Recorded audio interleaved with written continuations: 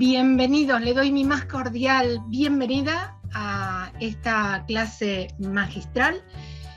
No sé si me están escuchando, me gustaría que tengo el chat en la otra pantalla, si me escuchan bien, si se ve la pantalla, ¿sí? ¿Me dicen? Paola dice que sí. Bien, perfecto, se escucha bien. Pues darles la bienvenida, agradecerles que estén aquí. Supongo que bueno, la mayoría serán de Latinoamérica, así que buenos días para todos los que están en Latinoamérica. Buenas tardes para los que estamos del otro lado del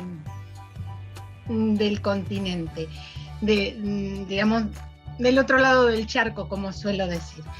Buenos días. Así que, en primer lugar, bueno, agradecerles que hayan podido estar en esta tarde o en este día explorando la mente y la educación. Así que, en primer lugar, lo que les quiero comentar es que en esta clase magistral lo que quiero es hacer una breve introducción, aunque vamos a estar una hora compartiendo, pero es una introducción en la cual quiero que se queden con la miel en los labios, que les guste realmente el tema, que se animen a explorar sobre los temas de neurociencia y que están relacionados obviamente con la educación. Entonces, a partir de ahí quiero que tengamos algo en claro, ¿sí? Yo les voy a ir comentando, voy a tratar de ser lo más didáctica posible porque sé que el tema a nivel de cerebro es bastante denso. Vamos a tratar de hacerlo lo más ameno posible dentro de ciertos límites, por supuesto. Y decirles que si quieren hacer algún tipo de pregunta, que lo dejemos para el final, para el momento en el cual ya tengamos todo un pantallazo sobre este tema. ¿Y cómo hacerlo? Pues bueno, lo pueden escribir en su Word o anotarlo en una hoja, la pregunta, y después al final abrimos los micros y podemos compartir preguntas, o si quieren obviamente compartir algo de lo que de pronto haya comentado en un principio, de alguna experiencia o lo que fuere, ¿sí? Así que bueno, en primer lugar me presento, soy Agustina Gómez Rodríguez, soy tutora del máster en neuropsicología y también del área de recursos humanos. Y mi pasión obviamente siempre ha sido la medicina, ¿no? Es decir, es algo que lo llevo dentro. La medicina la he podido practicar unos pocos años, luego ya por temas de familia lo he ido dejando de lado, y yo creo que la evolución del ser humano es poder compartir siempre conocimiento, ¿no? Es decir, el compartir nos permite poder ampliar nuestro campo, no solamente visual, sino a nivel mental, ¿no? De que de eso se trata. Y lo que quiero es compartir no solamente conocimientos, porque los conocimientos hoy los vemos a través de internet, los podemos leer, sino también compartir desde mi experiencia, ¿no? Es decir, ¿qué podemos hacer para ayudarnos? Es decir, la autoayuda que muchas veces es importante tener, y la de poder ayudar a los demás, en este caso a nivel de educación, ¿no? Es decir, estamos en tiempos cambiantes con una forma tan vertiginosa que no nos da tiempo para detenernos y empezar a comprender qué es lo primero que tenemos que hacer. Es decir, es como que ponemos todo en un mismo sitio y empezamos a sacar conceptos que no nos dan la realidad del problema actual. Yo siempre digo que hay que bucear en el interior, en el origen, en la causa, para poder comprender después el resto. No dispersarnos, porque cuanto más ampliamos la información, más nos infoxicamos, ¿sí? Es algo que debemos empezar a comprender. Entonces, vamos a comenzar con explorando la mente y la educación a través de la neurociencia. Voy a ir pasando las diapositivas en este programa 2021. Verán que hay un electrocardiograma aquí, hay un corazón de fondo, y antiguamente se creía que los sentimientos, las emociones estaban en el corazón, ¿no? En cierta manera no están tan equivocados. Es decir, uno una emoción la siente prácticamente aquí en el pecho, pero no quiere decir que esa emoción partió del corazón, sino que haya partido obviamente del cerebro. Aunque ya se han descubierto que tenemos 3 cerebros ya seguro que se han descubierto. Es decir, uno es el cerebro que conocemos, que está en nuestra cabeza, el otro está en nuestro corazón, y el tercero, el más importante, que es desde donde parten la mayoría de lo que se produce a nivel intercambio bioquímico, está en la parte entérica. Así que he puesto esta frase: si quieres llegar rápido, ve solo, y si quieres llegar lejos, ve acompañado, ¿no? Es decir, entre todos podemos hacer mucho más que si vamos solos. Entonces el compartir siempre digo que es muy, muy importante. ¿Y qué objetivos pretendo yo, por lo menos en esta sesión? Es que, ¿qué van a aprender? Y vamos a ver la diferencia entre enseñar y aprender, que generalmente lo que hacemos es, dentro de la docencia, enseñamos. Y cuando enseñamos, ponemos al alumno en modo pasivo, no participa. Para que participe, tiene que aprender, tiene que sentirse motivado. Y de eso se trata lo que vamos a ver hoy. Entonces, lo primero que vamos a ver son las distintas partes del cerebro. Yo les dije que tenemos que comenzar con lo que sería el origen, la causa de lo que nosotros queremos encontrar respuestas. Entonces tenemos que ver en qué se compone nuestro cerebro, esas partes. Vamos a ver cuáles son esas funciones mentales que nosotros tenemos que fijarnos para poder también replantear qué podemos hacer.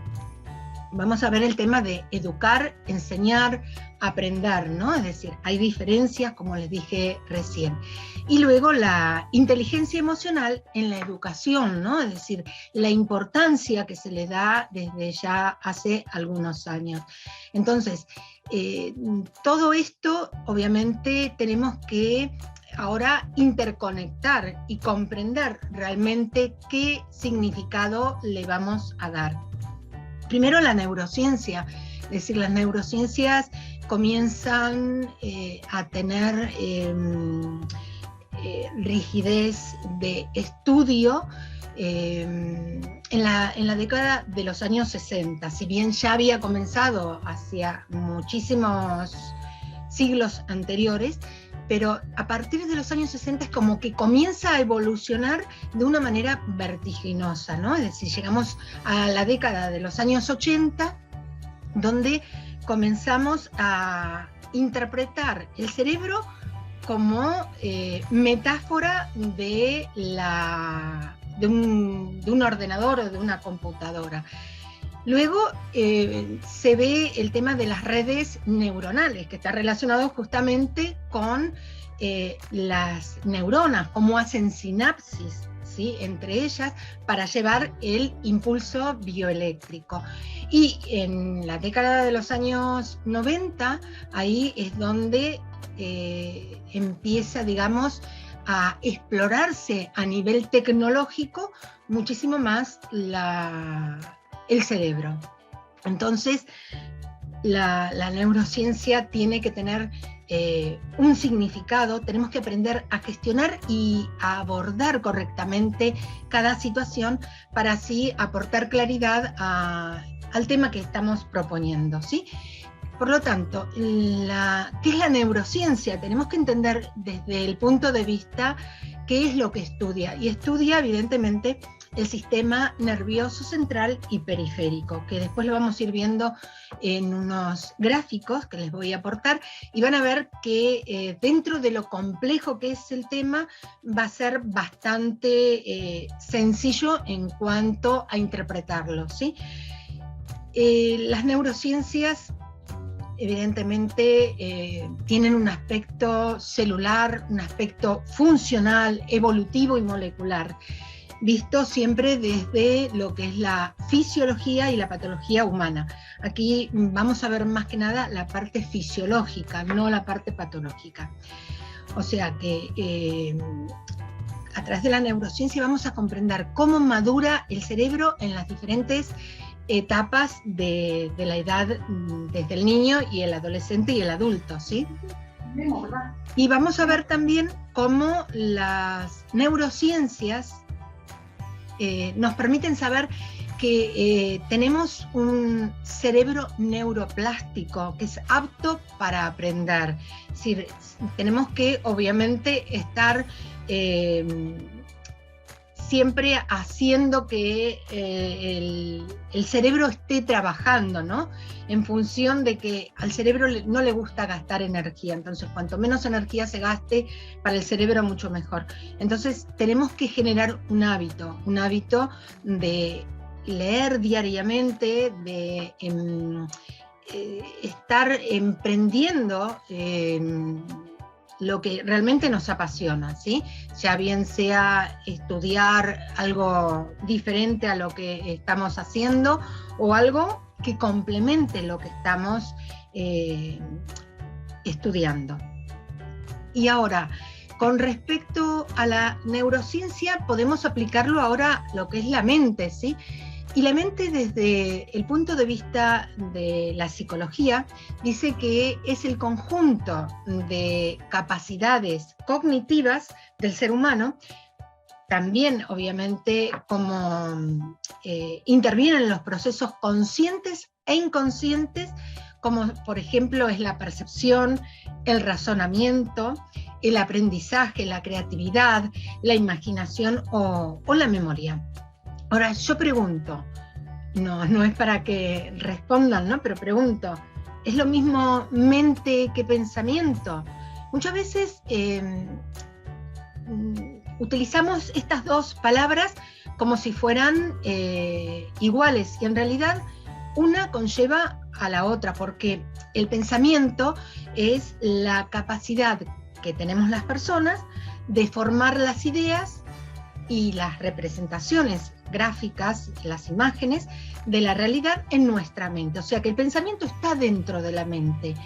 Luego tenemos que ver cómo relacionamos la educación. Y la educación es la formación que está destinada a desarrollar la capacidad intelectual, moral y afectiva de las personas, de acuerdo obviamente con la cultura y las normas de convivencia de la sociedad a la que se pertenecen, ¿no? La educación tiene que adaptarse con el momento histórico y contextual que estamos viviendo.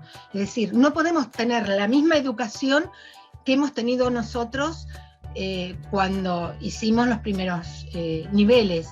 Hoy tenemos que empezar a contemplar la apertura hacia nuevas propuestas de cambio en cuanto a los puntos de vista del desarrollo de lo que es la inteligencia emocional, porque esto nos va a permitir ayudar a solucionar los problemas de la crisis social y afrontar los diversos desafíos que presenta el actual entorno. Si estamos viviendo momentos que realmente no creíamos vivir, no lo hubiéramos imaginado, entonces tenemos que concienciar al docente para que de una forma profesional y personal, porque tenemos que poner en actos nuestra capacidad humana por sobre todo, para comenzar a revisar cuál es su hoja de vida, su currículum.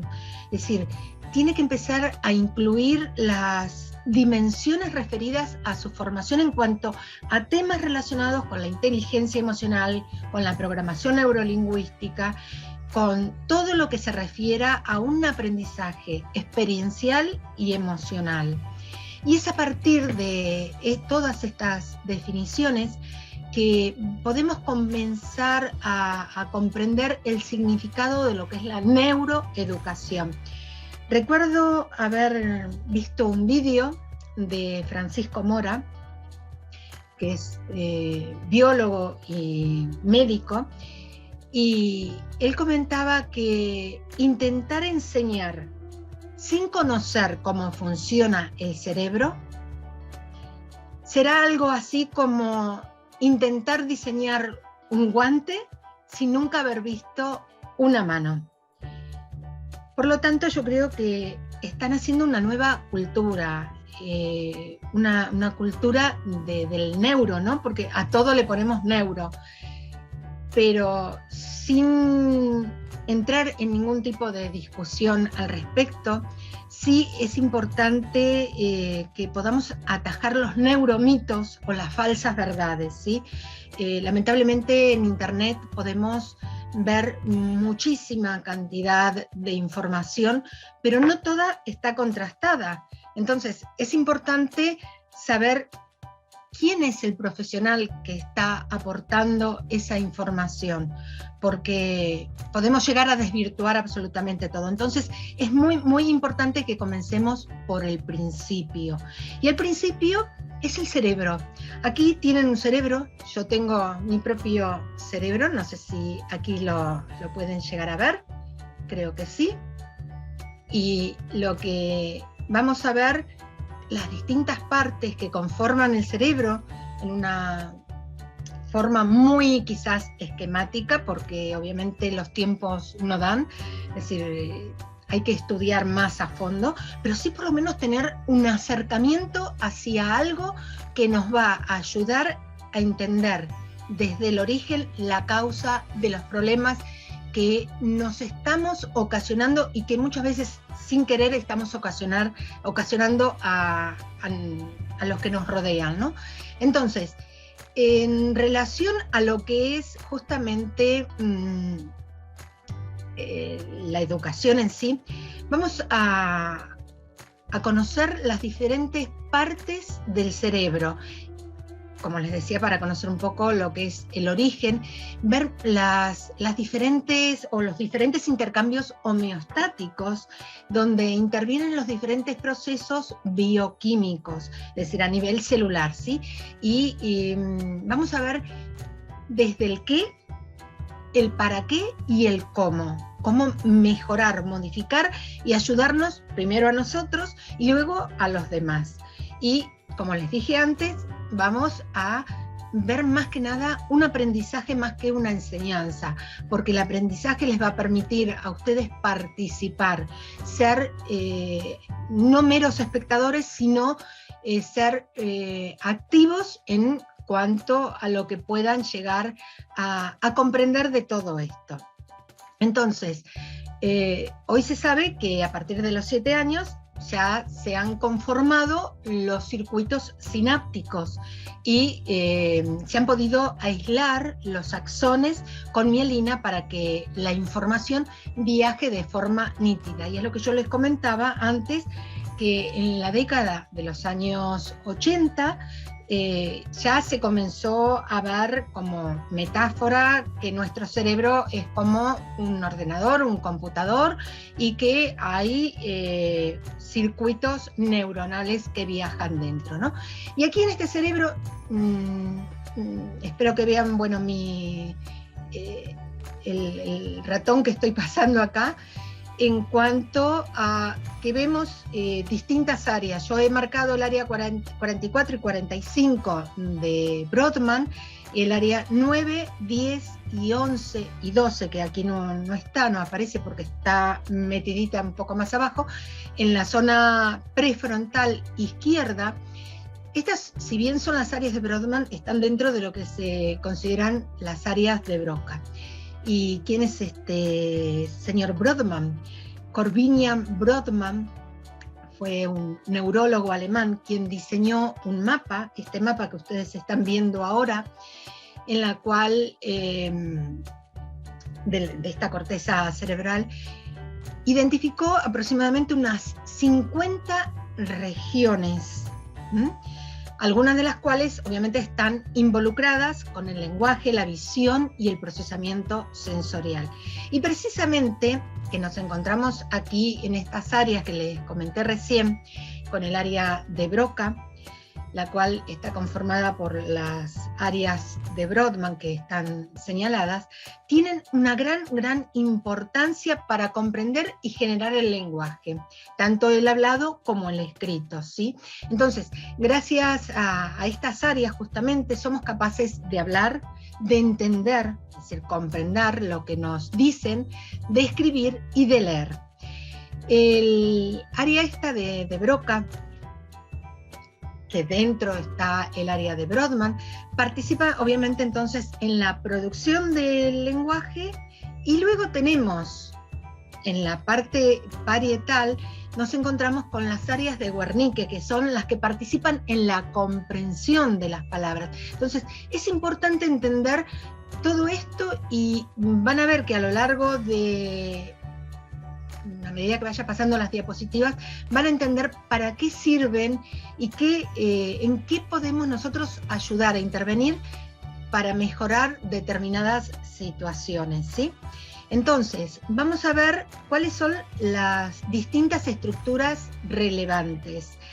Es importante entender que tenemos en esta diapositiva, vamos a ver el sistema nervioso central, ¿sí? Es decir, nuestro sistema nervioso se compone de un sistema nervioso central.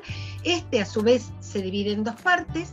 La primera es, perdón, la he pasado ahí.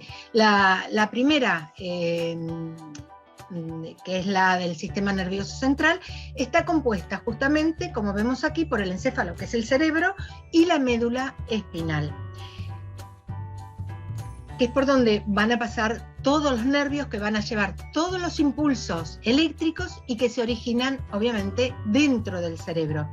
La segunda parte del sistema nervioso es el sistema nervioso periférico que les estoy señalando aquí.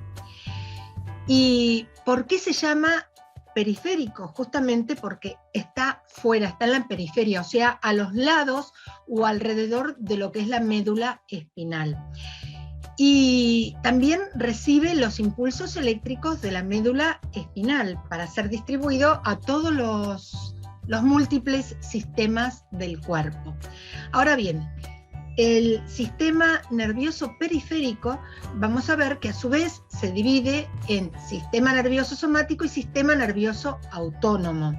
Y este sistema nervioso autónomo es importante porque primero que es un sistema involuntario en el cual funciona de forma automática, o sea, en forma independiente del resto, ¿sí? Y es importante entender este sistema por el hecho de que a su vez se conforma de dos sistemas, el sistema nervioso simpático y el sistema nervioso parasimpático. ¿Para qué nos sirven estos dos sistemas? El sistema nervioso simpático es el que nos permite justamente, es el que estimula y es el que nos permite confrontar una situación, huir para lo que es la supervivencia. En cambio, el sistema parasimpático es el sistema pasivo, es el sistema que podemos nosotros, a través de determinados ejercicios, podemos llegar a estimularlo y mejorar algunas actividades que nosotros querramos darle solución, ¿sí? Para ello vamos a ver que dentro de las estructuras relevantes, nosotros tenemos en nuestro cerebro, había pasado antes en cuanto a la reacción sináptica, a la parte del sistema simpático, es el que nos estimula para pelear, huir, como les dije antes. En cambio, el sistema parasimpático, cuando se estimula, es el que nos permite descansar y digerir. Imagínense que si estamos ante una situación de peligro, el sistema que se activa es el simpático para poder correr. Entonces toda la sangre, ¿a dónde va a ir? A los músculos para poder movernos. No va a ir justamente si estamos comiendo a hacer la digestión. Entonces es importante entender para qué sirven estos dos sistemas. Luego, dentro del cerebro, dentro de la estructura del cerebro, es importante entender que tenemos dos hemisferios. El hemisferio izquierdo, que es el lógico, y luego el hemisferio derecho, que es emocional. Disculpen que aquí de este lado estamos con más de 30 grados y la verdad que se siente el calor. Bien, con respecto al hemisferio izquierdo, que es el más lógico, es el aprendiz lógico que tiende a recibir un reforzamiento más positivo en el sistema educativo actual, porque está orientado hacia el lenguaje. Después, cuando veamos el tema de las dominancias, van a ver que si, por ejemplo, si el hemisferio cerebral dominante está en el lado izquierdo y mi ojo dominante en el derecho, entonces eso está indicando que tenemos una capacidad para captar la información visual en cualquier momento, aunque la situación sea de tensión, porque hay una dominancia, una predominancia. La visión, entonces, será un medio preferente para aprender en las personas cuyo ojo dominante está en el lado opuesto al hemisferio cerebral dominante. Quizás esto parezca un poco complejo, pero el tema es que está relacionado con las vías piramidales, es decir, hay un entrecruzamiento que todo lo que está en mi hemisferio izquierdo, en este caso, lo voy a poder observar con la parte dominante que yo tenga del lado derecho. Esto es importante para poder ayudar a nuestros alumnos, ¿no? Es decir, a quienes participan en el aprendizaje. Entonces, comprender cuál es el hemisferio cerebral dominante para saber cuál es la parte dominante de esa persona, nos va a ayudar a poder entender cómo podemos mejorar su aprendizaje. Esto lo vamos a ver un poquito más adelante. Luego, el hemisferio derecho es el que procesa la información partiendo desde el todo y analizando las partes de manera más contextual. O sea, procesa mediante imágenes, ritmo, movimiento, emoción, intuición. Ahora, cuando los dos hemisferios trabajan juntos de manera óptima, se dice que hay un estado integrado y es la clave para el razonamiento y la creatividad de nivel superior, ¿sí? Entonces, hoy lamentablemente hay muchos niños con estrés, por tanto hay un bloqueo de recepción e interpretación de mensajes. Y es ahí donde nosotros tenemos que aprender un poco cómo funciona el cerebro para poder comprender en qué le podemos ayudar. Por eso hablaba de ir al origen. En esta diapositiva yo les he marcado unos círculos para que podamos ir viendo cada una de estas partes, ¿no? Es decir, por un lado, nosotros tenemos de este lado el lóbulo frontal, hacia la última parte, el lóbulo occipital, Si nosotros tuviéramos aquí en esta parte más arriba sería el lóbulo temporal y hacia abajo el lóbulo parietal. Si vamos a entender un poquito sobre el lóbulo frontal, es decir, ¿dónde se encuentra? Justamente se encuentra delante del cerebro, detrás de la frente. Y se activa ¿cuándo? Cuando tenemos una tarea que es muy novedosa, es decir, algo que nos llama la atención, que nos agrada, que nos gusta, que nos apasiona, ahí es cuando se activa. Entonces tenemos que ver qué le podemos dar nosotros a quienes participan en este aprendizaje para que podamos activar justamente, es como la puerta para poder entrar en el resto, ¿sí? Entonces, una vez que nosotros podemos diseñar una tarea que implique acción, que implique una participación activa en quien nosotros les queremos mostrar algo, pues lo importante es ver en qué nosotros podemos llegar a sorprenderles, ¿sí? Luego, por otro lado, tenemos aquí toda esta zona en color, digamos, amarillo-naranja, es el cuerpo calloso, y es una estructura que se encuentra en lo profundo. Es decir, si yo abriera este cerebro, ahí en el medio, aquí adentro, en lo profundo, ¿sí? Me está costando abrirlo, pero bueno, ahí adentro hay justamente como un puente, que es el cuerpo calloso, y es una estructura que conecta los dos hemisferios cerebrales, el derecho y el izquierdo, coordinando la función de ambos, ¿sí? Porque tienen que estar coordinados. Aunque haya predominancia de un cerebro, porque una persona puede ser más racional y lógica y otra puede ser más emocional, pero siempre tienen que estar coordinados. Entonces tiene una función sumamente importante. Luego tenemos lo que es el hipotálamo, que está aquí, en esta parte. Y el hipotálamo, como verán, tiene un tamaño muy, muy pequeñito. Y sin embargo realiza muchísimas funciones. Las células nerviosas del hipotálamo fabrican justamente sustancias químicas que controlan la liberación de hormonas por parte de lo que es la hipófisis. La hipófisis, también llamada glándula pituitaria, ¿sí? Por ejemplo, ¿qué hormonas son las que sintetiza? La oxitocina, la antidiurética, por decir algunas, vamos a verlas después más adelante.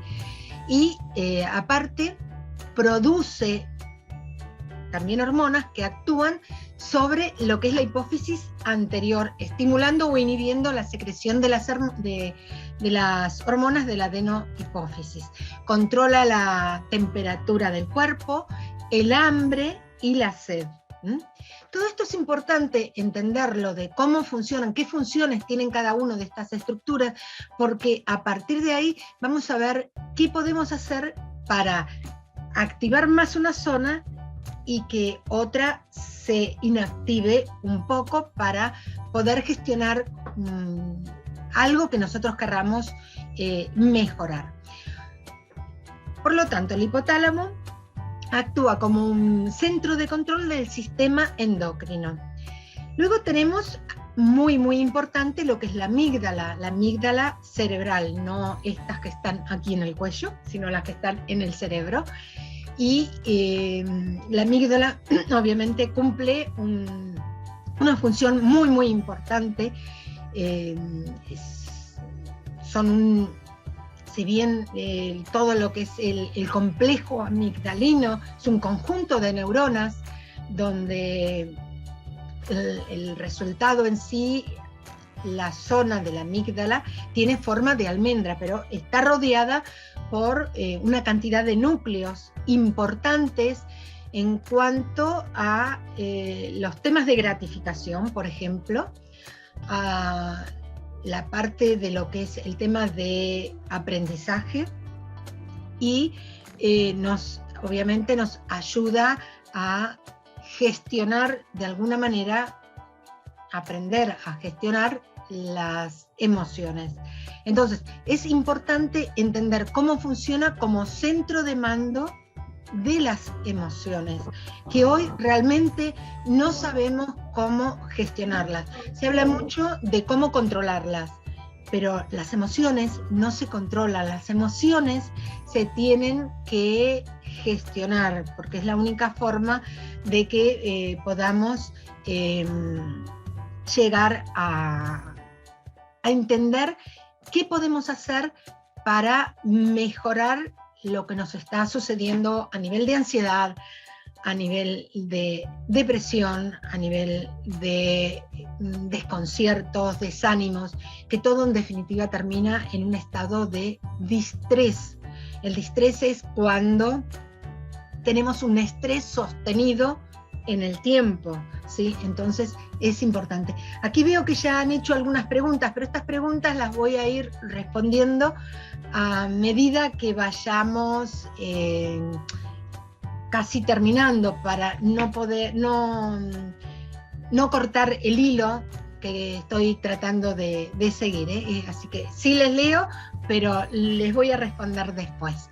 Bien, luego también tenemos como algo muy, muy importante que interviene en el comportamiento de lo que es la supervivencia, el giro cingulado o circunvolución del cíngulo, que también al intervenir en la supervivencia interviene indirectamente en lo que es la parte emocional. Entonces, después vamos a ver cómo vamos a activar estas zonas, a través de qué, para poder gestionar nuestro comportamiento y el de quienes participan en el aprendizaje. Entonces, estas son las estructuras más importantes. Una que no les dije, que es el hipocampo. El hipocampo es muy, muy importante, que hoy se está viendo que en los niños está como involucionando, se está haciendo más pequeño. ¿Por qué? Porque no se utiliza la memoria. Es decir, todo está en una tablet, en un móvil, en un celular. No utilizamos la memoria para aprendernos números de teléfonos, para aprendernos los nombres de las calles, algo que parece tan insignificante, pero es importante, y cada vez se está viendo más temas de Alzheimer, justamente porque no se está reactivando la zona del hipocampo. Es decir, se han hecho numerosos estudios en los cuales obviamente se ha podido observar, en un estudio que se ha hecho en Londres, en los taxistas que están en Londres, donde, si alguien de ustedes ha estado alguna vez en Londres, la zona de Piccadilly Circus es una zona donde hay muchísimas diagonales, y donde no se entiende o no se conocen bien los nombres de las calles, se puede uno llegar a extraviar y aparecer en cualquier lugar menos en el que uno quiere estar, ¿no? Y cómo se ha visto a través de resonancia que tienen justamente la zona del hipocampo mucho más grande que cualquier otra persona que no memoriza absolutamente nada. Entonces, que queden claro estas funciones, porque son las que vamos a trabajar para poder intervenir.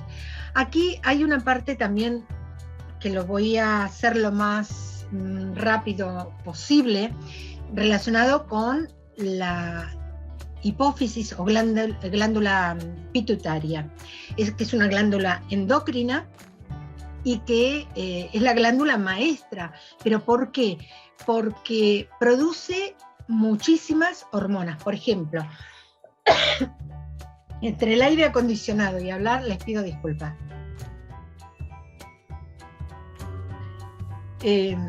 Produce varias hormonas. Vemos aquí la cantidad de hormonas que producen. Por ejemplo, voy a apagar el aire acondicionado porque no me está ayudando. Bien, por un lado tenemos la ACTH, que es la hormona adenocorticotrópica. Luego tenemos la hormona G, la TSH, que está relacionada obviamente con, mil disculpas, pero bueno, me ha producido así. La TSH, que es la hormona tiroidea, la LH y la FSH son la hormona luteinizante y la hormona folículo estimulante, la GH, que es la hormona de crecimiento, y luego la PRL, que es la prolactina, ¿sí? Y cada una va a actuar en un órgano específico. ¿Y por qué son importantes? Porque si se estimula la cantidad de estas hormonas en un órgano determinado, por ejemplo, vamos a ir al caso de este órgano blanco que es el riñón, que en las glándulas suprarrenales se encuentra el cortisol, pero está estimulado antes por la hormona CTH. ¿Cómo trabaja? Es decir, cuando nosotros estamos con un estado de ansiedad, de una situación ya de estrés como el que venimos viviendo lamentablemente, generamos muchísima cantidad de cortisol. Al aumentar el cortisol, se reactiva la amígdala, que es lo que les había comentado antes, y a partir de ahí, ¿qué nos sucede? No podemos gestionar adecuadamente las emociones. Entonces, tenemos que ver cómo podemos mejorar para disminuir nuestro estado de ansiedad, nuestro estrés, en este caso distrés, si es continuo en el tiempo, para que el cortisol disminuya y no nos haga sentir que no podemos gestionar las emociones. Además, otro tema importante, el cortisol, al aumentar el cortisol junto con la insulina, nos hace engordar. Entonces, cuanto más estrés tenemos, si bien a algunas personas les ataca al estómago y no pueden comer y pueden adelgazar, a otras les produce, obviamente, el estar aumentado el cortisol, les produce el aumentar justamente la masa corporal o el peso. Entonces, cada uno tiene una función determinada, es decir, por lo menos, por ejemplo, la hormona LH y FSH, que intervienen o bien en los testículos o en los ovarios. ¿Qué pasa? Lo que puede llegar a producir, estando en un estado de estrés continuo, de producir justamente infertilidad. Y así nos puede producir con el resto. La hormona de crecimiento a nivel del hígado, es decir, nos puede producir deficiencias. Bien, continuando con estas funciones mentales, vamos a entrar de lleno, ¿no? Cómo el cerebro del niño, del adolescente, es una mente en construcción. Por un lado, volvemos a ver nuevamente nuestro cerebro, es decir, aquí tenemos la parte frontal, que es la parte que está en la frente, y aquí la parte occipital que está hacia atrás, y la parte temporal y parietal. Pero vamos a centrarnos en el córtex prefrontal, que es donde ingresan las ideas, se encuentran los procesos mentales superiores que están relacionados obviamente con la cognición, con el aprendizaje, con el razonamiento, con la atención, ¿sí? Y la planificación también. Y también controla los impulsos y las decisiones razonadas siempre con lógica. Bien, esta es la última área en madurar. Entonces, ¿qué pasa con un niño y un adolescente? ¿Piensa o no piensa? Por supuesto que piensa. Lo que pasa que al no estar maduro la parte cognitiva, muchas veces lo que realiza, lo que gestiona, lo que hace, no es lo adecuado que haría un adulto.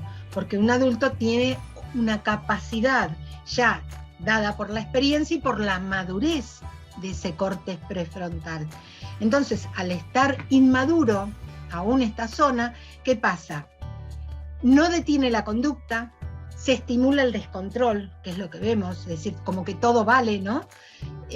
Hay un desarrollo en ese momento de la propia identidad, lo que produce cuestionamientos, donde si alguno de ustedes es padre, en mi caso madre, pues nos cuestionan todo, nada sabemos, ellos saben todo, ¿no? Pero es por un tema de búsqueda de identidad, en el cual necesitan tener un rol al que seguir.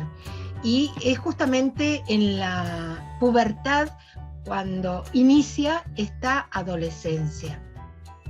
Por otro lado, vamos a ir al sistema límbico, que dijimos que se encuentra en esta zona intermedia.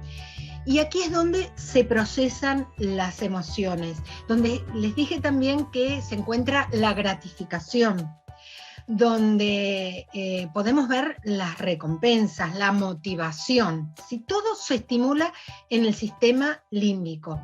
El aprendizaje, que lo vamos a ver relacionado obviamente también con lo que es el tálamo y con el hipocampo. Y va a madurar esta zona antes que el córtex prefrontal. Entonces de ahí la importancia de entender el mecanismo del sistema límbico, porque es a donde nos tenemos que dirigir, ir a buscar la emoción de quien está participando. Y aquí vamos a tener una gran tormenta biológica, que se llama así, porque justamente se activan los núcleos accumbens, donde el adolescente, ¿qué va a hacer? O el niño, pero el adolescente sobre todo lo que va a hacer es buscar placer. Y el placer se obtiene a través de esa tormenta de bioquímicos que es la dopamina. Hay que tener muchísimo cuidado porque la dopamina, si bien la podemos hacer que se pueda desencadenar en el torrente sanguíneo de una forma normal para motivar, gratificar o recompensar a nuestros alumnos, a los participantes, hay que tener mucho cuidado porque también se habla de un exceso de dopamina, y cuando estamos ante un exceso de dopamina, ¿qué nos sucede? Justamente sucede lo contrario. La dopamina es como no me sale ahora el nombre, pero bueno, es como una droga, una morfina, precisamente, en el cual un poquito está bien, pero le sumamos un poco más y después queremos más y después queremos más. Entonces ahí se producen patologías. Entonces hay que tener muchísimo cuidado con el mecanismo de gratificación, de aprendizaje y de recompensa que nosotros queremos estimular en quienes participan. Y es una sobreestimulación, como dice Carlos, correcto. Bien. Por lo tanto, el sistema límbico está hiperactivo. El sistema córtex prefrontal está inmaduro. Entonces ahora tenemos que ver cómo nosotros podemos hacer que juegue a favor tanto nuestro, que estamos del otro lado, como de los alumnos a quienes les estamos aportando un aprendizaje. Y en el caso del sistema límbico que está hiperactivo, tenemos una zona cero, que se llama así, justamente de la zona de la actividad cerebral, donde se va a activar a través de dos bioquímicos que son la adrenalina y la noradrenalina. Y estos, lamentablemente, son parte de lo que es el mecanismo de agresividad y de cambios volubles emocionales. Entonces, perdón, alguien tiene el micro abierto, si lo puede cerrar se lo voy a agradecer.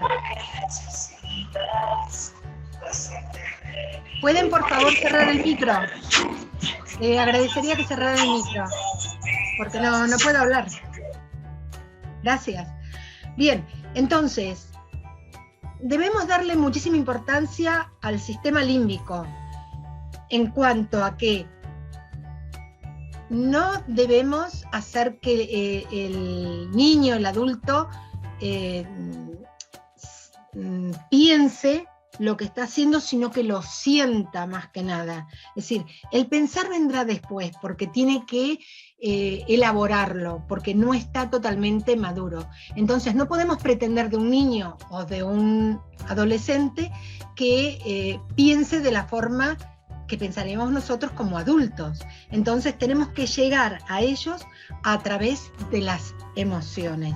Espero que esta parte quede bastante clara, porque es importante cómo nosotros vamos a actuar y qué vamos a hacer, a través de qué herramientas, ejercicios podemos llegar a mejorar todas estas zonas, ¿sí? Y desde una perspectiva educativa, es importante que analicemos el aprendizaje de las funciones ejecutivas del cerebro, dada por una responsabilidad tanto en la dirección como en la regulación de la conducta de nuestro alumno, de nuestro participante. Es decir, ya he dicho entonces la impulsividad que puede haber y cómo nosotros podemos ayudarle a que tengan una madurez social, ¿sí? Luego, dentro de las funciones mentales, tenemos que ver qué pasa en el cerebro cuando leemos. Lo vimos, cómo se interpreta la lectura en el cerebro. El cerebro no distingue entre los hechos leídos y lo que vivimos en realidad, provocando las mismas sensaciones. Entonces, aquí tenemos algo a jugar en nuestro favor. Es decir, nuestro cerebro, como no distingue un hecho real a un hecho que no es real, podemos inventar juegos que les permita desarrollar determinadas sensaciones. Luego, el cerebro interpreta fotografías mentales, imágenes, que lo podemos hacer a través de los textos, ¿sí? Entonces también hay muchísimas dinámicas, muchísimos juegos que se pueden realizar. Luego, la lectura en otro idioma, ¿no? Cómo desarrolla el hipocampo, que es la zona justamente donde se guarda la memoria, tanto la memoria, digamos, lejana en el tiempo, como la memoria presente. Después, cuando leemos, nuestra atención, es decir, cuanto más leemos, nuestra atención se desarrolla mucho más rápido. La lectura también aumenta el flujo sanguíneo. Como verán, el leer es algo importante para ayudar a nuestro cerebro a madurar. Entonces, la lectura en un niño, en un adolescente, tiene que ser importante, pero también tiene que ser un tema que le atrape, que lo incentive, lo motive, porque es la única forma de poder ayudarle a que participe.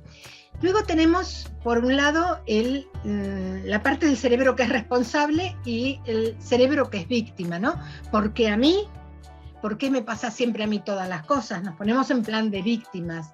En cambio, cuando somos responsables, nuestra mente es más abierta a encontrar soluciones, alternativas, distintos caminos. Ahí aprendemos, resolvemos, podemos gestionar los miedos. El miedo es sano si lo sabemos gestionar. Ahora, cuando el miedo se instala, nos produce ansiedad, nos produce un estado de distrés tan importante que nos bloquea y entramos y nos vamos al otro lado, a la mente cerrada, donde el miedo nos controla a nosotros. Entonces tenemos que ver qué podemos hacer para poder gestionar en nuestro cerebro todo lo que estamos observando. Bien, como les dije antes, educar, enseñar, aprender. El educar, a mí me han gustado varias frases de Francisco Mora en relación a la neuroeducación, porque nos permite comprender qué está pasando con el cerebro del niño o del adolescente. Podemos enseñar todos con nuestros conocimientos. Aprender únicamente, dejaremos que aprenda el alumno a través de un aprendizaje activo, un aprendizaje participativo. Entonces, es importante que entendamos cómo participar en cada uno de estos procesos. Como les dije, el sistema límbico es la parte más importante. No quiere decir que el córtex prefrontal no sea importante, lo es también. Lo que pasa que hasta que pasa a la madurez hay todo un cambio selectivo y progresivo, ¿no? Entonces tenemos que ir paulatinamente.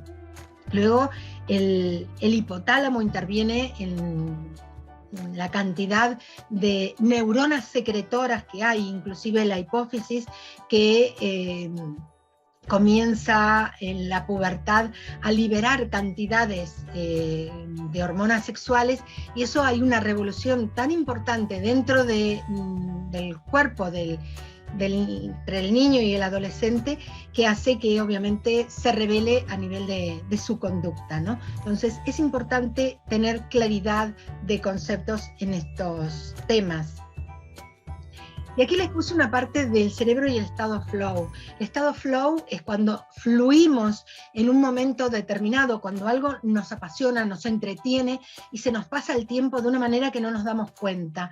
Entonces, el poder entrar en estado flow permite que el sistema límbico pueda procesar mejor las emociones, el aprendizaje, las gratificaciones, las recompensas, y va a permitir que madure antes, obviamente, la corteza prefrontal.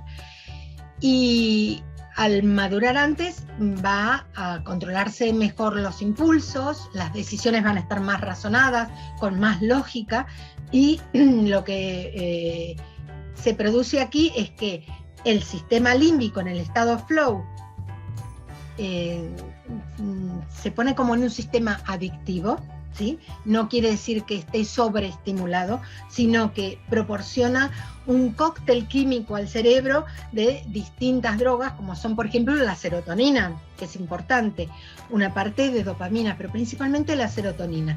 En cambio, el entrar en estado flow, lo que hace el córtex prefrontal es que como si cerrara, se bloquea y no entra el pensamiento.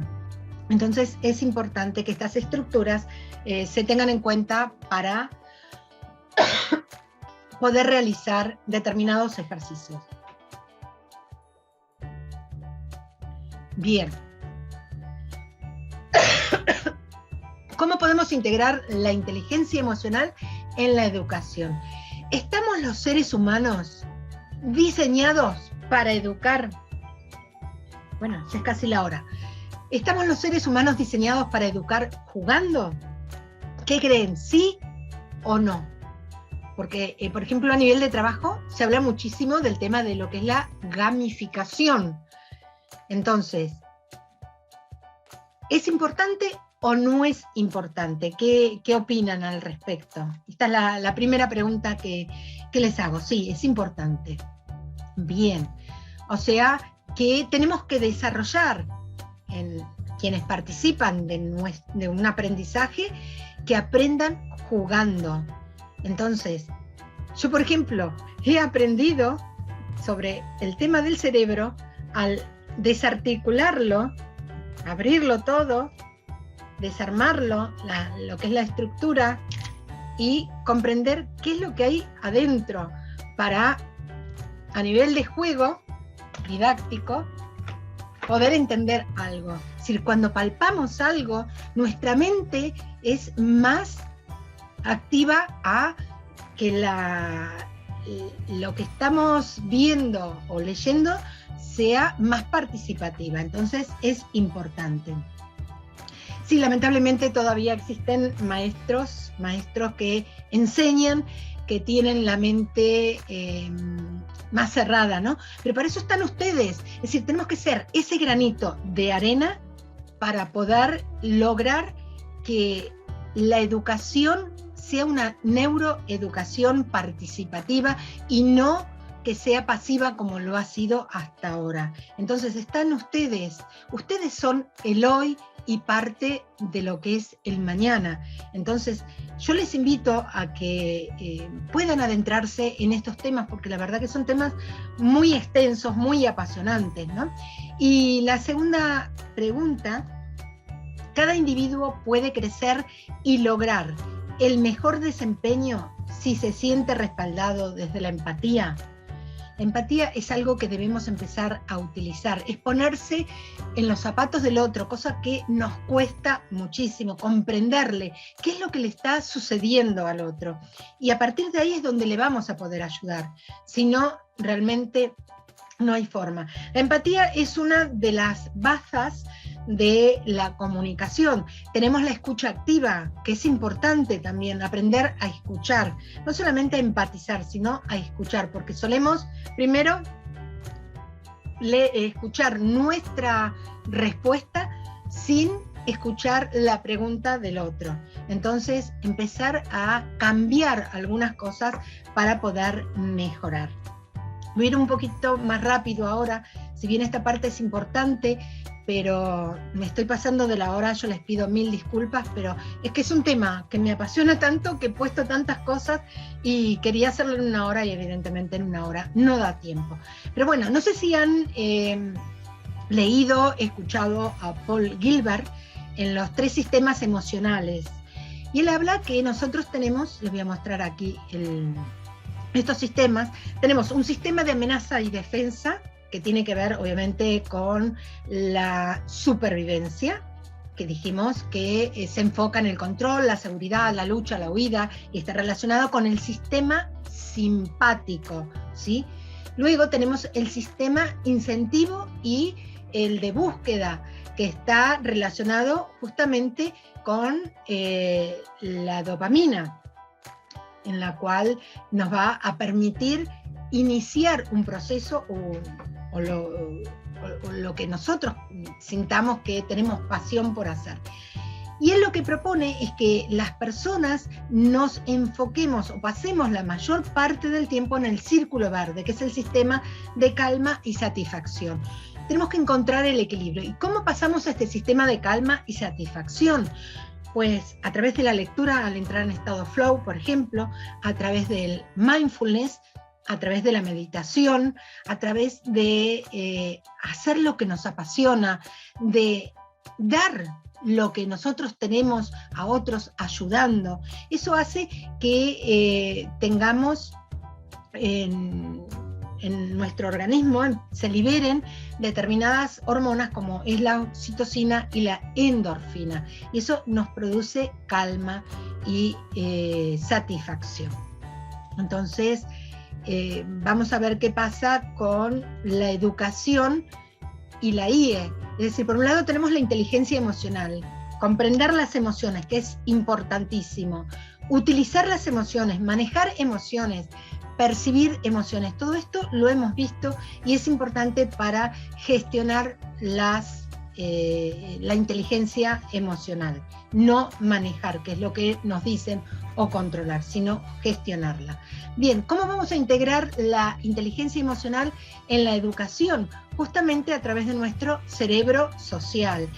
¿Y qué interviene? Justamente la oxitocina, que es el que nos permite el contacto con los otros y incrementa ese sentido de cooperación. Luego la dopamina, en un nivel óptimo, donde tenemos que tener objetivos a cumplir y haya una recompensa. Cuando nosotros sentimos todo eso, el aprendizaje emocional genera neurofusiones y esas neurofusiones nos permiten liberar un estado de paz, de tranquilidad. Y construyendo las bases se construyen a través de la motivación. ¿Qué es motivar? Motivar es tener un motivo y ponerlo en acción.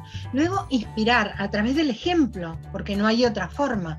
Y también tenemos que implicar al alumno para descubrir su objetivo y tener un propósito, tener un par. Un par significa tener un plan, una acción y resultados. Y hablamos de la lectura, pero y el escribir también es importante porque estamos proyectando nuestro inconsciente, nuestro ser y nuestro yo.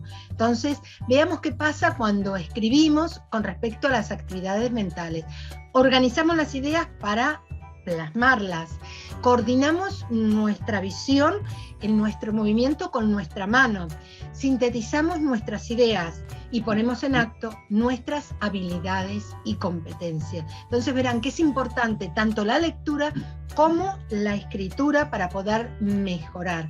Y el escribir implica poner en marcha 3 procesos: la percepción por un lado, la decisión por el otro y la ejecución.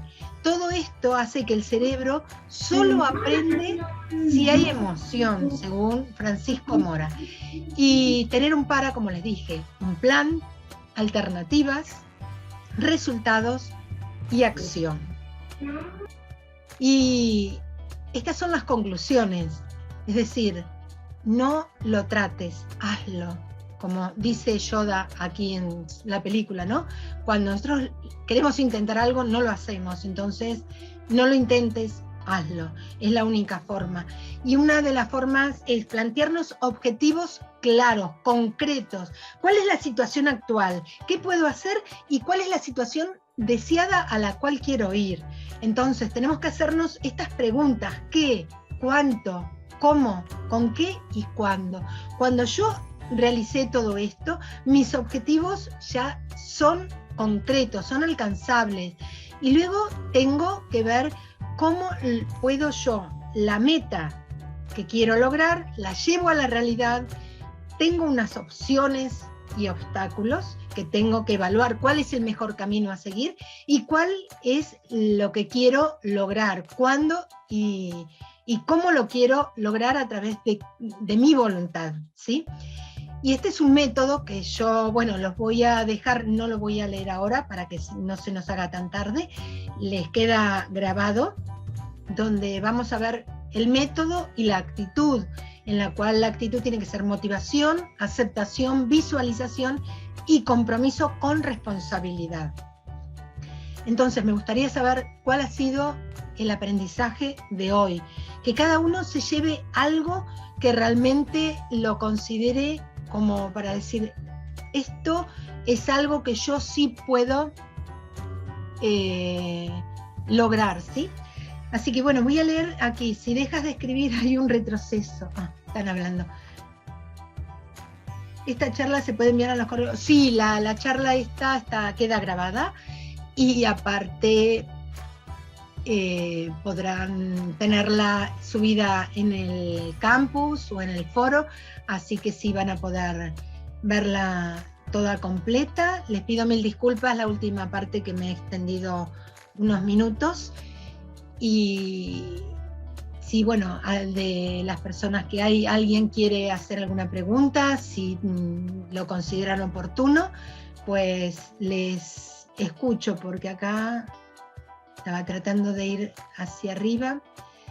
No podemos exigir a los adolescentes que actúen o respondan como adultos. Su cerebro está aún en maduración, exacto, que es lo que vimos. Entonces, cuando comprendemos el origen, la causa de por qué actúan como actúan, los vamos a poder ayudar muchísimo mejor. Y para eso, obviamente, están las neurociencias, ¿no? Es decir, en nuestro caso, en CEUP verán como temas principales en el máster de neuropsicología, que todo esto que yo les he dado en una hora, lo verán muchísimo más en profundidad. En mi caso, yo estoy en la parte de mindfulness y de felicidad como Producto Bruto Interno en la educación. Así que será un gusto si alguno de ustedes todavía no ha pasado por el módulo que tutorizó, estar en contacto con ustedes, y quienes hayan pasado, realmente algunos me conocerán más, otros menos, pero bueno, lo que intento es abordar desde lo más general para que luego, si les interesa el tema, puedan ir a lo particular. A ver, es que van tan rápido que no me dejan leer. A ver, un segundo, no escriban. Mi aprendizaje ha sido poder consolidar la pasión por conocer más del cerebro, así tener mejores herramientas para mis niños. Loreto Lizana, muy bien. ¿Qué diferencia hay entre cerebro, mente y conciencia? Bien, el cerebro es la parte anatómica, ¿sí? Que es lo que vimos, ¿no? Si yo ya el cerebro lo he partido, que acá lo he quitado. Ahí, pero es la parte de la anatomía. La mente es la parte que nosotros tenemos dentro del cerebro, que no es un lugar físico, sino es virtual, por así decir, donde se encuentran los pensamientos. Y la conciencia, ¿dónde está la conciencia? Porque tenemos un estado consciente y un estado inconsciente. Se dice que el inconsciente, según la teoría freudiana, el inconsciente se encuentra en el eje reptiliano, o sea, a ver si lo podemos ver un poco aquí, estaría en la parte más baja, ¿sí? Luego, la parte de la zona límbica es la parte del preconsciente y la conciencia está justamente en el córtex prefrontal izquierdo, que es por donde entran las ideas, las percepciones, el aprendizaje. Entonces es la puerta de entrada. Espero haber respondido bien. Bueno, me alegro que les haya gustado, es muy profundo el tema, tendría que ir a algo muy muy concreto para poder explayarme un poco más, porque realmente es un tema, a mí por lo menos me apasiona, porque el hecho de saber cómo funciona cada parte de la mente me ayuda a idear ejercicios, dinámicas, actividades para que se puedan gestionar mejor, no solamente las emociones, sino la capacidad cognitiva. Si no le demos solamente importancia a las emociones, también importancia a lo que tiene que ver con toda la cognición, ¿sí? Es importantísimo. Bien, debemos motivar comprendiendo la estructura, reconocer que la lectura y la escritura apoyan de manera estructural a la maduración del cerebro, recordar el funcionamiento del cerebro. Exacto, es decir, el reconocer que tanto la lectura como la escritura apoyan muchísimo a la maduración. En mi caso, me dedico a la neurografología, es decir, en el cual es una técnica que permite conocer a través de la escritura diferentes partes de cómo es el comportamiento de la persona, ¿sí? Y cuando se hace terapia escritural, ayuda muchísimo a gestionar, al volcar esas emociones muchas veces que están contenidas o se han bloqueado por traumas o por situaciones que ha padecido el niño me refiero, ese niño interior que tenemos todos, ¿no? Porque lo llevamos dentro y muchas veces no nos deja crecer a nivel no solamente mental, sino en la parte de evolucionar en lo que es la parte emocional. Entonces es muy importante el tema de la lectura, no solamente para la gramática, porque hoy el tema de la gramática está muy controvertido. Yo veo que no se sabe respetar las reglas gramaticales y hay muchísimos horrores de ortografía, pero bueno, cuando uno lee, la retina se impregna y queda fijo eso y hace que uno aprenda a escribir mejor, a tener una capacidad de síntesis cuando tenemos que preparar un trabajo. Es importante comprender que el cerebro ha sido y será fundamental para la mejora de nuestras prácticas educativas, totalmente. Eso nos va a ayudar. ¿Cómo fortalezco la memoria en los niños y adolescentes que tienen problemas de atención? La inteligencia emocional y la activación del sistema límbico debe ser mi punto de partida para la solución. Pues sí, es decir, no solamente la inteligencia emocional y la activación del sistema límbico, sino pensemos que ¿por qué motivo ese niño se considera que es hiperactivo? Es decir, que tiene un problema de déficit de atención. Es decir, ¿por qué no presta atención? Porque quizás no está estimulado para prestar atención, o porque no le interesa, o porque ya eso, el chico ya está en otra etapa evolutiva. Entonces eso es lo que tenemos que empezar a ver. Yo les habría hablado de un tema de dominancia, y es importante el tema de comprender cómo nosotros, a través de observar cómo el niño o el adolescente o quien participa, cómo afecta, ¿no?, en el aula. Es decir, les doy un ejemplo así rápido. Por ejemplo, si el ojo dominante